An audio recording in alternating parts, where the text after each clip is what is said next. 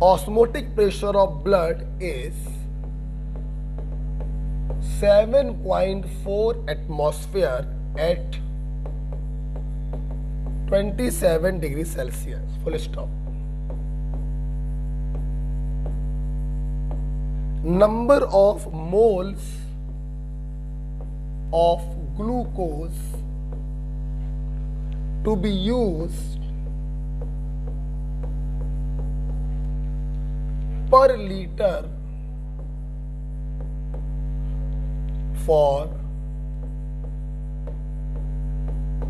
intravenous injection.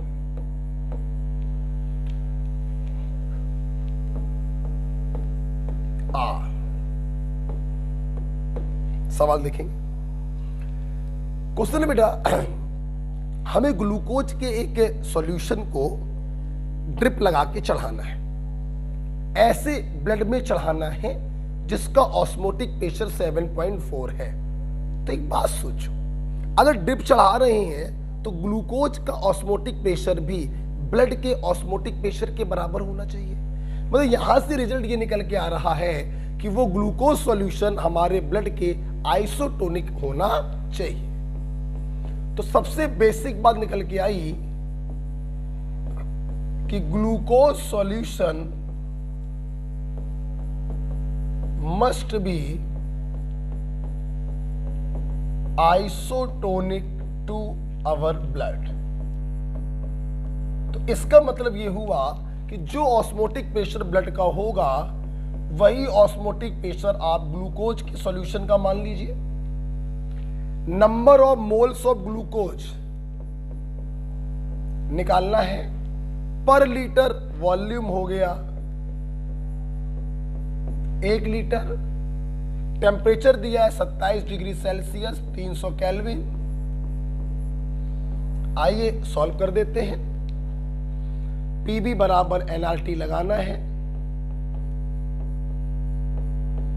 P atmosphere में दिया, खुशकिस्मती है आपकी।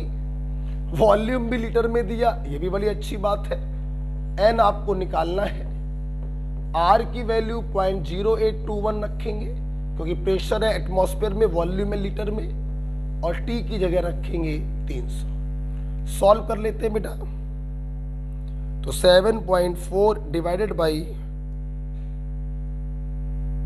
बाई 300, 0.3 बच्चे आंसर आएगा।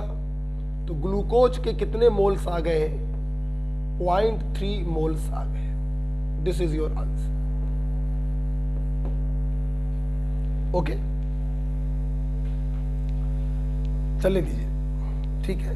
तो ये भी जो देखिए आइसोटोनिक सॉल्यूशन आप लोगों ने पढ़ा, जिनका ऑस्मोटिक प्रेशर बराबर हो, जिनकी कंसंट्रेशन बराबर हो, जिनके बीच में कोई ऑस्मोसिस ना हो।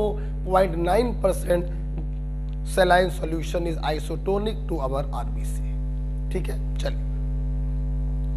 जब इतना बेटा हो जाता है तो यहां पर 1-2 पॉइंट और हैं, जरा वो देख लीजिएगा, लिखेंगे। Osmotic pressure is the best colligative property to calculate molecular weight of macromolecule।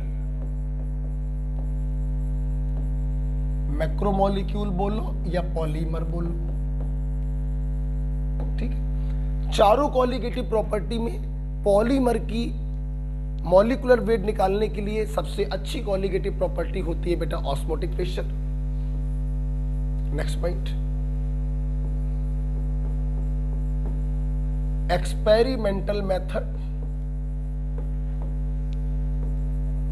Osmotic pressure को लैब में कैलकुलेट करने के लिए हमारे पास कुछ एक्सपेरिमेंटल मेथड है, जैसे बार्कले हार्टले मेथड,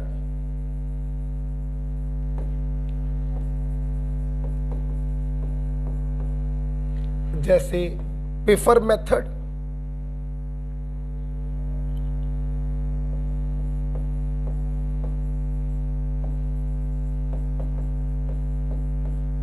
जैसे मॉर्स एंड फ्रेजर टेक्निक,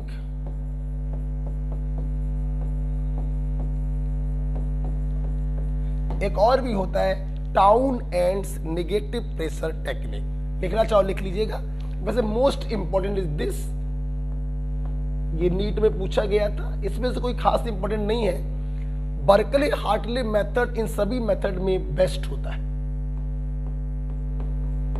तो Berkeley Hartley method, Pfeffer method, Morse and Frazer technique, टाउन एंड्स नेगेटिव प्रेशर टेक्निक।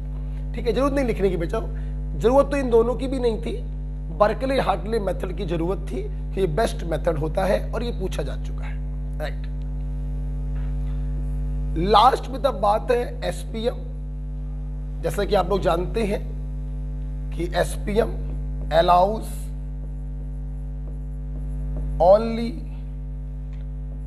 माइग्रेशन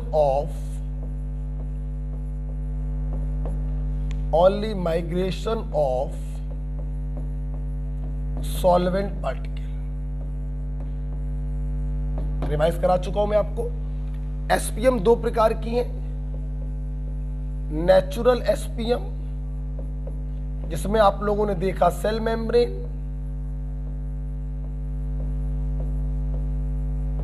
जिसमें हम लोग देखते हैं यूरिनरी ब्लैडर,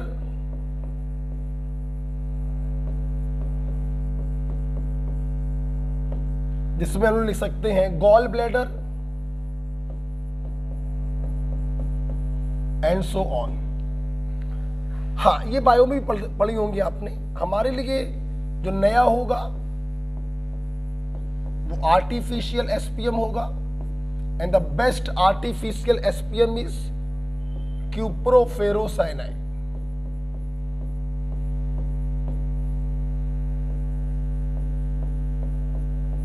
बाकी तो और भी होते हैं जैसे cellophane membrane,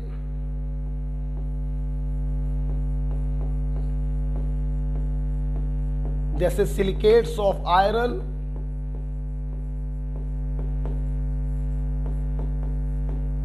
okay, these are the artificial semi permeable membrane. तो इस प्रकार से बच्चों हम लोगों ने एक शॉट में खत्म किया पहली colligative property, that is osmotic pressure. Okay, अब हम लोग पढ़ने जा रहे हैं दूसरी कॉलिगेटिव प्रॉपर्टी। दूसरी कॉलिगेटिव प्रॉपर्टी कौन सी है? That is relative lowering in vapour pressure. हटा रहे बेटा इसको।